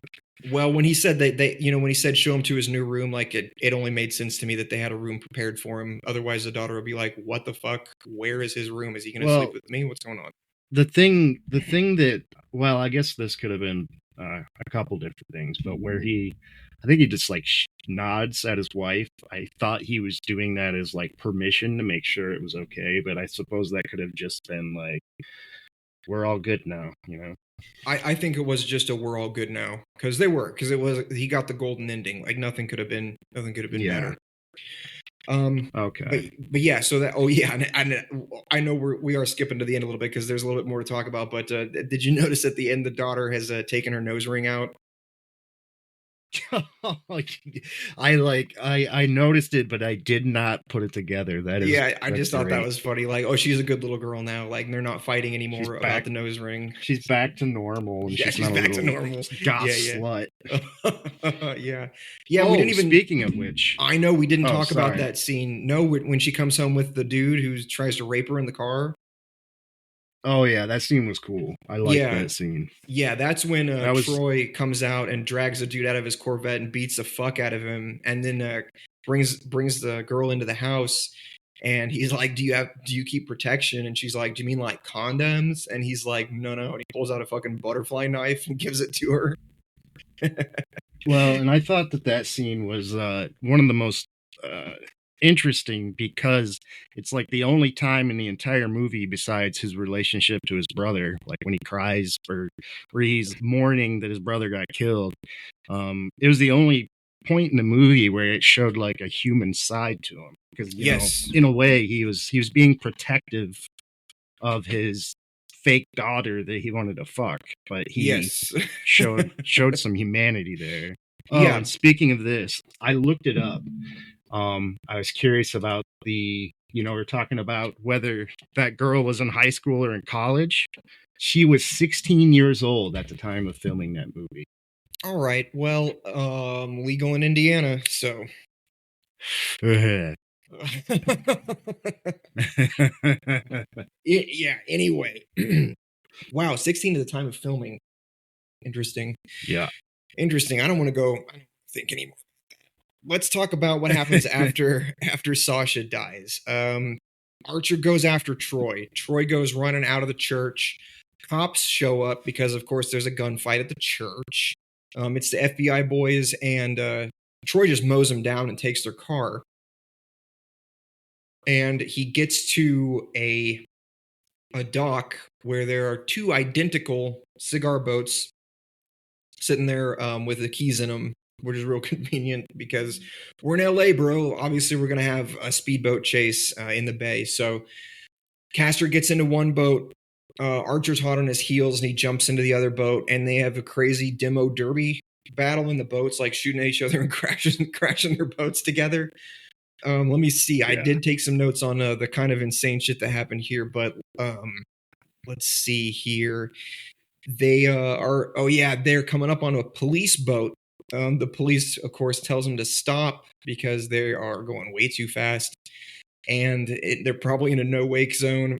And then the police all pull out their guns, and Troy just unloads on them with a one-handed with an SMG from the cabin of a bouncing speedboat, and he takes out all the cops. And then he bashes Archer's boat into the police boat, and he ramps through the boat, and it explodes like it's loaded up with C4 and TNT. So his boat is fucked. Somehow he manages to jump onto Troy's boat. I think he just jumps off of his boat through the explosion and lands on Troy's boat. So they get to go hand to hand on this speedboat. At one point, this is such a chaotic chase scene. But an anchor is involved, and they're zipping through they're zipping under wharves and bridges and stuff. And at one point, Archer gets knocked off the boat. Right, he goes overboard and he grabs a chain, and so he's like dangling off the side of the boat, banging against the gunwale and like skipping on the water. And then he manages to turn himself around by like rotating on his back, and he stands up and he's fucking water skiing on his shoes. And the camera even like zooms in on his shoes to show the water skiing scene. That was insane. That had to have been a real stunt, right? Like, this is 1997. Yeah. This was not fake. That was some real shit. And there was just another time where I was like, my eyes went wide and I was like, what the fuck? Like, this is so stupid, but it was so badass that I would have been impressed if somebody just videoed something like that and showed me. I would have been like, oh, holy hell, I can't believe somebody pulled off a stunt like that. So that's cool that the action scenes actually hit you, because for some reason all action movies, whenever it's like car chases, action scenes, like my eyes just gloss over. It's hard for me to even register what's happening. I don't know why, but I'm just not affected by action scenes because most of the time they suck, right? There's just nothing that interesting happening. But in every single battle or action scene in this movie, there's at least one standout scene that not just made you remember that one scene went down and what the aftermath of it was, but it actually did something to characterize like what what everybody thought about each other, and like what going forward, what their relationship was. It was a little bit more clarified. Except for this scene, because this is the end. This is just straight up, all the stops get pulled out and we get to see this crazy ass water skiing stunt. Obviously the boat wrecks, right? They I don't even remember, they hit something and the boat goes flying into the beach, and so both guys go tumbling out into the sand, and they're all busted to shit, but they just lay into each other, and obviously Archer gets the better of him and fucking kills him with a harpoon gun, like nails his ass to a wall with a harpoon gun. So that's it. That's the end of Castor Troy. That's it. The FBI shows up and they're immediately on board with the face swap situation. It's been explained to them, presumably by Eve, which kind of brings into question, like, Yeah. why didn't they just rely on Eve to take care of this whole thing? Because if she had the proof that the face swap happened and she brought that information to the FBI, you'd think that everything would have gotten resolved way less violently. That is true. I did not. I did not think about that, because I did notice, like, at the end there where they just walk up and they're like, "How are you, Archer?" Or and it just was like, what? There's no they just fully buy into it. So, yeah. Okay. Yeah, but then we wouldn't have gotten to see Castor get killed with a harpoon gun. So all good there. Yeah. Anyway, so look, I don't know, man. This is totally crazy. But yeah, we already talked about the end.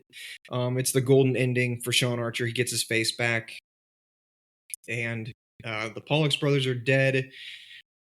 All the terrorists are dead. One of the biggest crime movers in LA is eliminated, and it's just it's a happy ending. Everything's good. Little Adam gets his new home. His mom's dead, and his dad was probably not that present, or at least super abusive, so it's not a big deal that Castor's gone to him. But yeah, presumably everything just works out hunky-dory.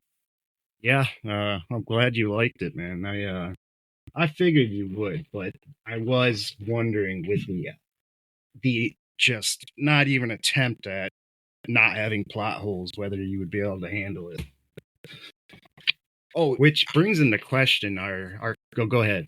No, that's I mean, they were so blatant and stupid, but it was clear that I mean, like you said, there were parts, that were highlighted in their in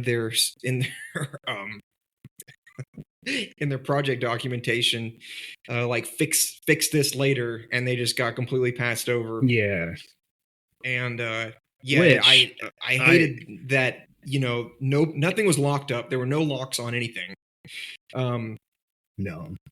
And I also didn't like that it didn't go deeper into the psychology of the fear of having your identity stolen and somebody else acting in your place, and you being saddled with all of the history of things that you didn't do and what people think about you. But I'm just glad that it was in there at all, because I had such low expectations for this movie.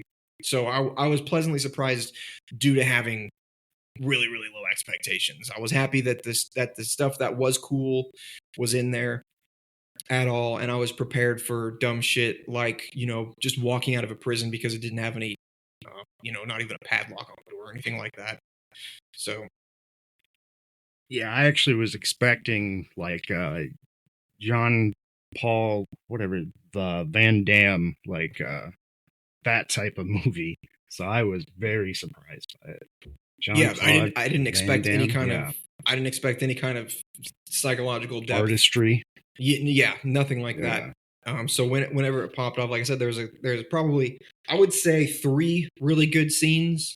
The talking with Pollux in the prison, the talk with Eve when she's testing the blood, and then the whole crazy climactic shootout at the church. Honestly, that whole speedboat scene at the end, I was at that point, I was big time ready for the movie to be over, because this movie is what it's that like. Part, yeah, the very end scene that, like, I checked out both times I watched it at the very end there.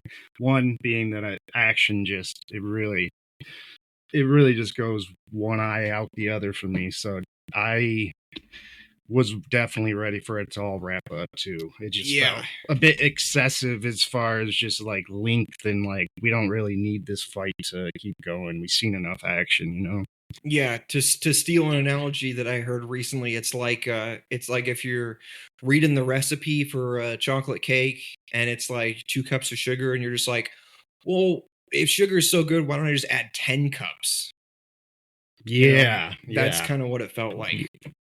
Because I was too rich, way too rich. It was and like I was saying, this movie is like 2 hours and 18 minutes, And I did not even notice. Damn. bro, it was long, especially pausing it to take notes over every scene. It took me like damn near 4 hours to get through this thing. So by the time the speedboat scene was happening, I was like, please God, just like get the rest of the explosions out of the way, meet your fireball quota, and let's wrap this puppy up. And Man, that very end where they were fighting each other at the beach. I don't remember what the fuck even happened. I think there was an anchor involved. There was some punching, and then Troy gets shot with a harpoon gun. I don't think I didn't even watch. I just was not even looking at the screen when that part was going.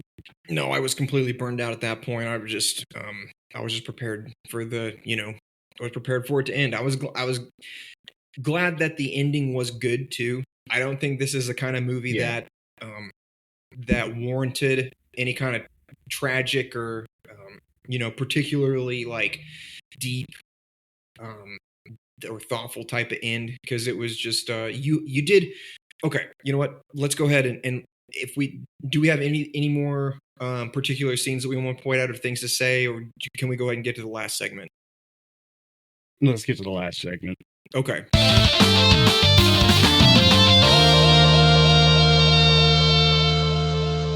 So, you know how it is at the end. We go, what did this movie try to do, and how well did it do it?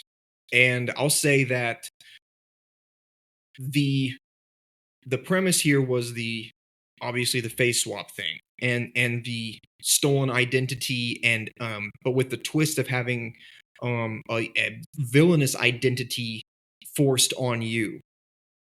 So yeah, it was the movie's purpose was, or goal was, to portray what could really come of being stuck in a situation like that. And I think that it did a great job of it.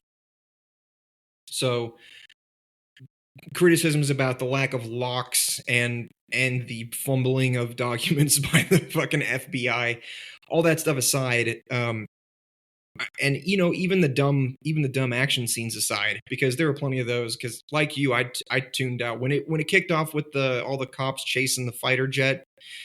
I was just like, whatever, whatever, this is fine. Whatever.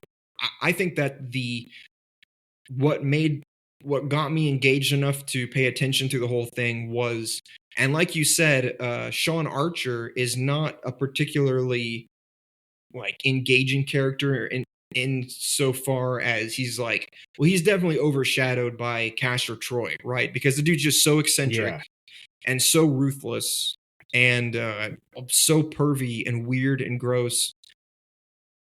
It's hard for him to stand out in any way, but I don't think necessarily that he was meant to stand out, but it was still practically impossible to not root for him, right? Right. I mean, it was such a weird thing, because you're rooting for a guy that's being played by a different guy, and it just not just like what the movie was trying to do, like the whole psychology of that, but just the psychology as a viewer, like looking at, I mean, like you said, other movies do this type of thing, but in this movie particularly, like watching Nicolas Cage, especially, being somebody, well, no, not actually John Travolta being, wow, brain fart on Nicolas Cage's character. He goes as Sean Archer for most of the movie. No, I'm talking about wow. He's Castor Troy. Castor Troy, yeah. That watching him as both characters, like actually John Travolta, or watching Nicolas Cage be Castor Troy and watching Castor Troy in John Travolta's body, like it was such an interesting thing, like trying to read another actor in, a different actor's body. I thought just like the effect on the viewer was also just as interesting as the psychology that you're trying to pick apart there. So that's a really, really, really good point. I think that how that is a mind fuck to us watching the movie, and I think that does a really good job of conveying just a little sliver of how much of a mind fuck it must be to those characters too. Yeah, yeah. And it's the kind of thing where, you're talking about what the movie was trying to achieve. And um it's like when I first watched it, I could not tell, like, the plot, I suppose, is interesting enough. But it's like, is it just a vehicle for Nicolas Cage and John Travolta? Like, well, obviously, it's just this loose skeleton of ideas, and the main thing, the meat of it, is those two and this one central idea. So I suppose, yeah, I don't think the movie would have worked nearly as well, if it wasn't, those two characters. But if you were to take that is like pretty much the only idea that it was trying to get across, like, I don't think you can separate it from the two characters. It's like a character, what do they call those movies? Character study. There we go. Yeah. Like, and as a character study and like this, like, weird, that dynamic, yeah, I think it was very effective. Like you said, I do wish it would have played more into the psychological aspect. But being that is the whole gist of the movie, really, I think it was great. It's the best example of that type of idea I've ever seen, for sure. So yeah, and as an action movie, it's whatever. It's good, but I don't care about the action. I don't either, which is why I was thinking the whole time that I almost wish that that they took this premise and made it into a more psychological thriller, and they could have just done without all the Max Payne style gunfights and stuff. Because yeah, those they felt obligatory. You know what I mean? Well, that's the other thing, though, is if they were to be like a psychological thriller, would it still be able to have that corny, like, I don't know. I mean, it's always straddling the line between satirical or corny, whatever the proper term for that would be, and then like sincere. And I feel like the action movie genre like lets it be, that perfectly. Whereas if it's a psychological thriller, would it still be as goofy and over the top? Yeah, that's a good point. Would it be able to? It would definitely be a completely different kind of movie.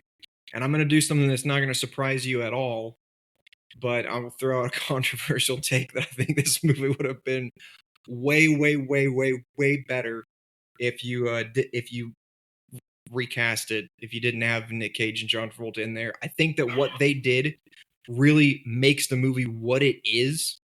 But yeah, if I could retroactively go back and just cast anybody else, I don't know. I'd have thrown in like what's his name? Who played Zorro in the 90s Zorro? Oh, Antonio Banderas? And what like Pierce Brosnan or something like that. I'd have made made it super, super serious and not funny at all. And I think that's fine. Would have made the movie like a 10 out of 10 to me. But as it is now, there's no way I would rank it that high, just like looking at it from a bird's eye view. But once you're in it, like, it is definitely super entertaining. And like we're both saying here, Nick Cage and John Travolta just really, really define the whole vibe of the movie with their wackiness. I didn't even bring up the point where Troy as Archer goes to the LA Convention Center. The bomb squad is checking out Pollock's bomb, and they're like, "We can't disarm this. We've only got 20 seconds left, and we're gonna need hours to disarm it." And he's just like, "Withdraw your team," and then he like takes his jacket off, all like ostentatiously, and he's doing his like weird like quasi ballet kind of thing. He's like disarming the bomb. That's just so strange to see him like try to affect that whole weird dance in the priest outfit that Nick Cage is doing at the beginning. Yeah, there was a lot of moments that, again, talking about the effect on the viewer, where I'm trying to read, I'm in my head, I like got parallel thoughts of like what I'm watching, and then also trying to think back to how, like, especially Nicolas Cage's character, like how he would act, you know, and compare it to what John Travolta is doing, and Yeah. just constantly doing that all movie. It was just that alone is just not just entertaining, but it's engaging, you know? Yeah, big time. Yeah, it is. So yeah, that was so yeah, that's my take on it. It's not a true critique. It's just if I had my druthers, it would be a completely different kind of movie with the same plot. Also, the addition of Sasha and Adam as Archer with Troy's face kind of explores the relationship of his little crime family. That added depth as well that like I said, totally caught me off guard and made me uncomfortably invested because I didn't want to take this movie seriously at all. I thought I was in for just like a stupid romp, but it got me in a way that I didn't quite feel like I was cool with, but I'm glad that it did. So, yeah. No, I can vibe with that. Okay. I did have one point of discussion, but honestly, it's such a can of worms that I may have to save it for a future, because I'm sure the topic it was on. We were talking, I think more so, a little bit on the Turtles podcast about the I use the term dream logic, which is not. I'm not using it in a technical sense, but I wanted to probe you. I don't want to get into it now because it'd be a whole podcast worth of conversation, I'm sure, but probe you on, because it seems like you sort of accepted with this movie how I was trying to defend, all the plot holes of Ninja Turtles. Like in this movie, you more or less accepted it because whatever you were getting on screen was just so fantastical that you just ran with it. So maybe I'll just get into it real quick. This one was different from Turtles because TMNT was dumb. And that's made it real short work of that. Yeah, TMNT was dumb, and they didn't bother to explain things that could have added a little bit more believability and oomph to the movie. But the oomph was all in the emotional and psychological thrust. So it still bothered me just as much that there was no lock on Castor's prison room. They gave him phone access. They didn't monitor his phone access. He murdered the surgeon, and the surgeon just complied with everything that he asked for without I know the surgeon's life would have been at threat by his thugs, but he could have just been, accidental slip of the scalpel. I guess your boss is dead. I couldn't do anything about it. The surgery is experimental. None of that happened. There was no lock on the prison. Somehow he and his buddy were able to gun down an entire prison's worth of guards with body armor and shotguns and automatic weapons. He swam in like a day to LA from an oil rig, and then he just popped open a valet box of expensive car keys that didn't have a lock on it. All that kind of stuff was just like, no, it wouldn't happen like that. And I do wish that they would have been I wouldn't have said anything about any of that if they'd at least put in the effort to be like, okay, really, how would he get out of this prison? But they just didn't. They just didn't give a fuck. They were just like, look, he's got to get out of prison. A whole bunch of sparks, and we'll have some fireballs go up here and there, and we'll make some guy die that helps him get out. I don't know. He's just in here, and we don't really want him in the rest of the movie, so we'll kill him off anyway. It was clearly there was clearly no thought put into any of that stuff. Even though it was stuff that didn't really matter, I still, I have to bring it up because it was dumb. Like, I have to bring it up because those parts were dumb and they weren't thought through at all. And I do wish that writers would take the effort to explain why the plot happened the way it did. Yeah, see, that was my whole argument with Turtles. Here, it's a lot easier to justify because Turtles, it's fantastical, but it's not, it doesn't hit you in a way where you're just taking what you see and being moved or whatever by it. But that's my contention, is that if you watch it and just like what you see is what you get, take it at face value. You don't necessarily have to, why is this? Why is that? You can just turn off your brain and, just whatever's on the screen, you're like, oh, okay. And then it makes sense in the most superficial way possible. It's like this happens because it just did. But yeah, and I don't like it. I don't like it, and so all I can really do is point out that it is dumb. But it is what am I dumb. going to do?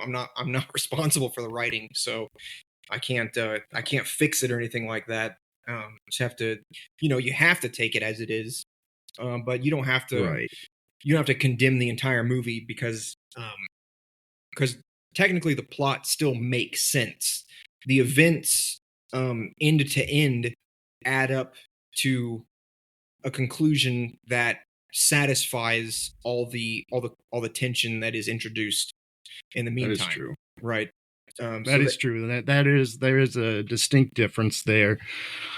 Where, for example, things in Ninja Turtles, even that type of, basically tension release through even fantastical, but riddled with plot holes. There was still that tension released, and like it still made sense. Where you can also do it in a way where it just doesn't make sense, even in a superficial way. So, yeah.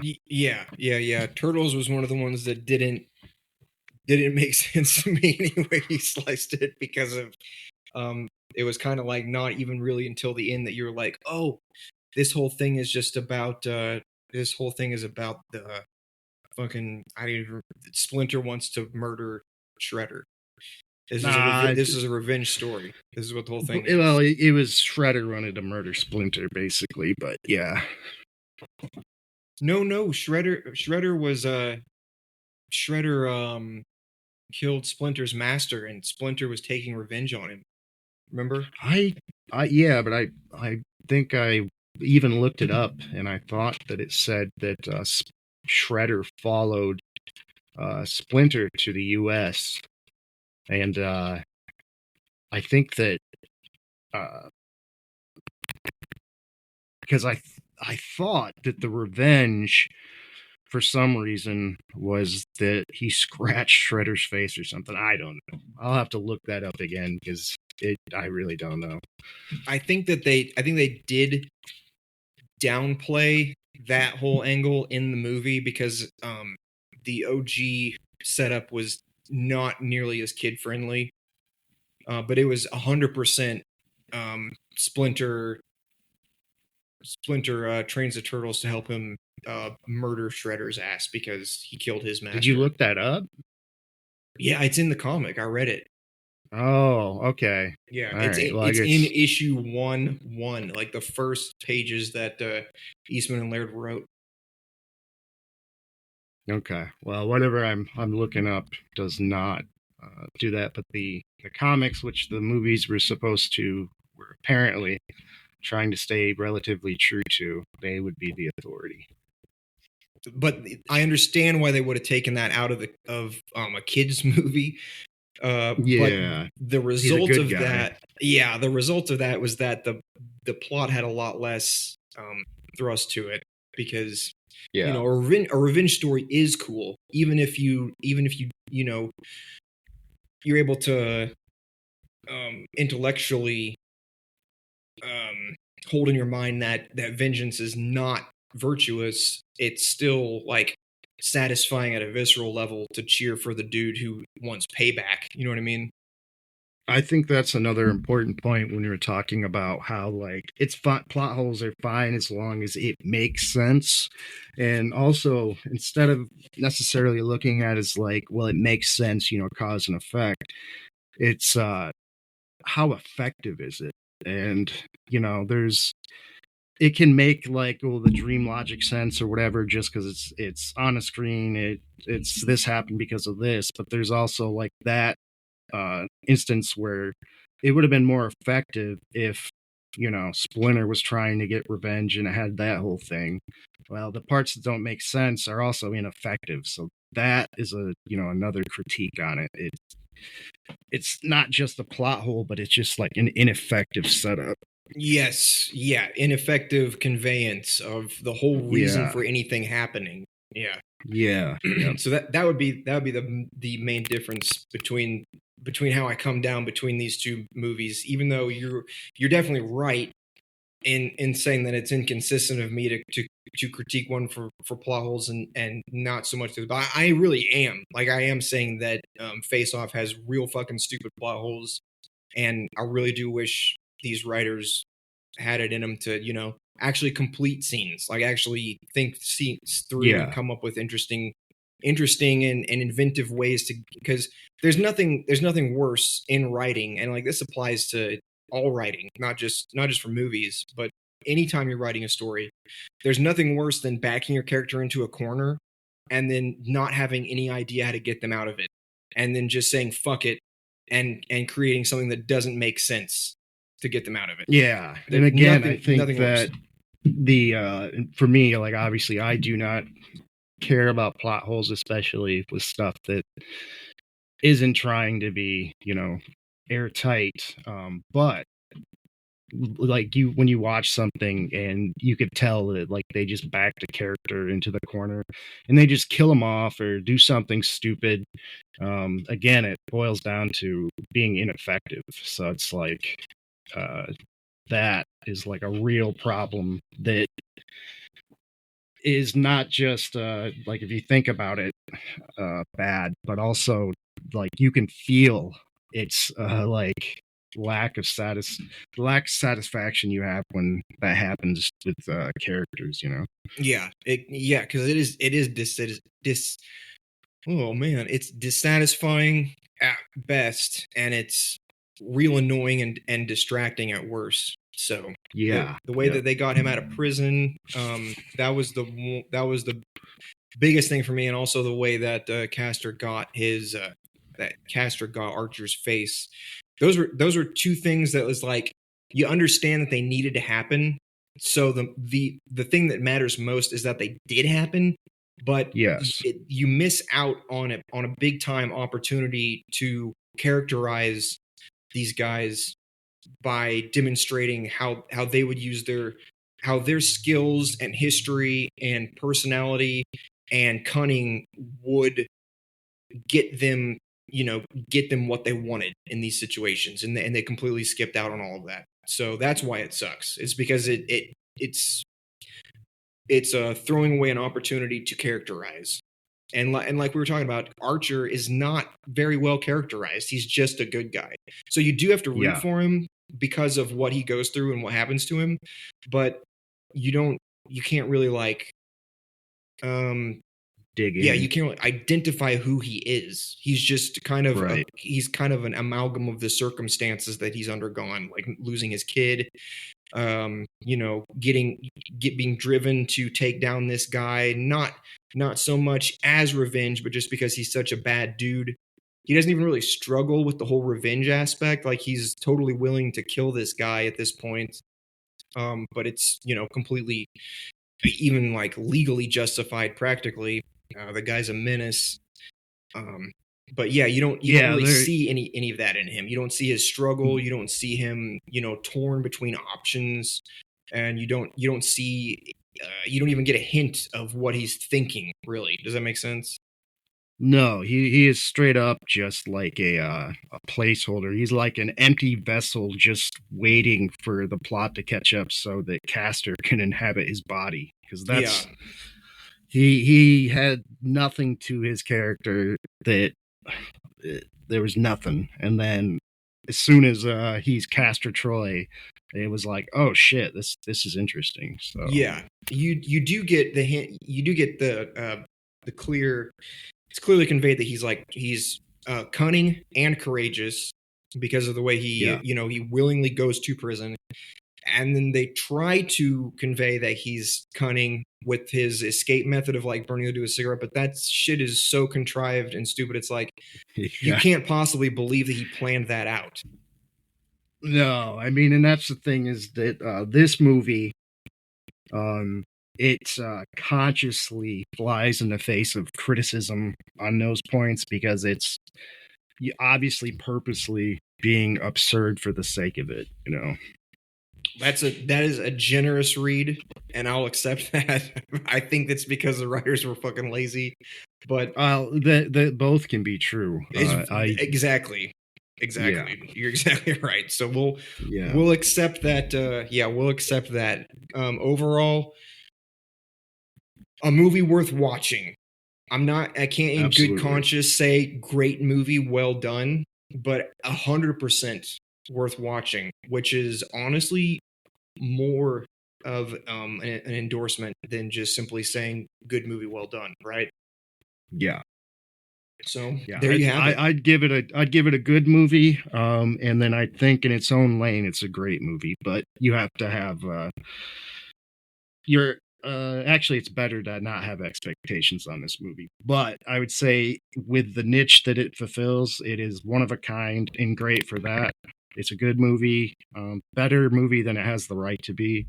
But yeah, it's at heart it's still an action movie. So action movies are just they're cheap. You're in for cheap thrills with an action movie. So it's got all the baggage that action movie tag entails for sure. But as you said, better than it has a right to be. I don't even really know that this movie was legendary because I didn't really ever hear it referenced anywhere. At least not that I know of. I might have experienced, references to it that had just gone right over my head. But that was my experience. I did not know it was legendary. I heard people talk about how cool it was, but like I said, I thought it was just like, oh, this movie is just stupid action movie. It's badass. It was not anything like I expected. No, completely. You hear stuff about like The Sixth Sense or Memento or things like that. Yeah, that's where I had it pegged. Yeah, right, that's what I had it pegged as. Right, but no, this was I'm glad that I went into it totally blind. Seriously, the part where I realized they were going to switch the dudes' faces, I was just like, "Holy shit! There's no way. There's no way this is going to be." You didn't have even a general idea. No, clue that's what at you all. said. No, no clue at all. And the only comparisons I can pull up for those kinds of things off the top of my head would be like Freaky Friday, of course, played with it a little bit, but just for laughs. And then there was The Prince and the Pauper, which was actually more thoughtful than a lot of movies. And then did I mention another one? I think I may have, but I don't. Have you ever seen Man in the Iron Mask with Leonardo DiCaprio? Ooh, no. It's a similar theme there. Okay, maybe we'll throw that one on the list. Yeah. We also mentioned Ninja Scroll. Remind me to put that one on the list. Yeah, it's been many years since I've seen that, so it'd be a good rewatch. Absolutely, I'm ready to. I've watched it plenty of times, but I'll never say no to another rewatch of that one. But all right, well, let's wrap this one up because I've got another show to run. You go ahead and hit him with our outro, and then I've got one that I'm gonna test fire. So I got excited to hear this. I really thought long and hard about what a cool ass outro would be, and then I just stopped thinking about it. But it hit me a moment ago, so I'm gonna try one. Ooh.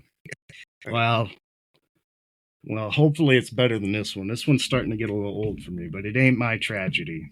I mean it, but it's just you say it so many times, and you start wondering maybe it is my tragedy. So there's a half-hearted, it ain't my tragedy. Okay. That is the thing to say half-heartedly, though. It is the kind of thing that you should get sick of saying and begin to question its validity, right? It's true. Yeah. So, man, it's just becoming more and more real. I'm going to say, fuck on and live. Fuck on and live. I feel like if I Google that one, somebody's already said it. God damn it. There's nothing new under the sun, man. Well, anyway. It could be new. Yeah, we guess we'll find out. It's just that iconic. So good one. Okay. Well, you Google that. I'll tell everybody listening right now. Thank you so much. Number one, thanks to Chris for being on the episode. And Absolutely. you can always find all of our stuff if you search No Uncertain Terms Productions. You'll be able to find the other podcast episodes and our music and our social media pages and all that kind of stuff like that. And you can also email us if you have an idea about a movie that you want us to cover. You can get at us. It is nouncertaintermsprod, all one word, at gmail.com. And let us know if your daughter is right. Oh, classic. Nice.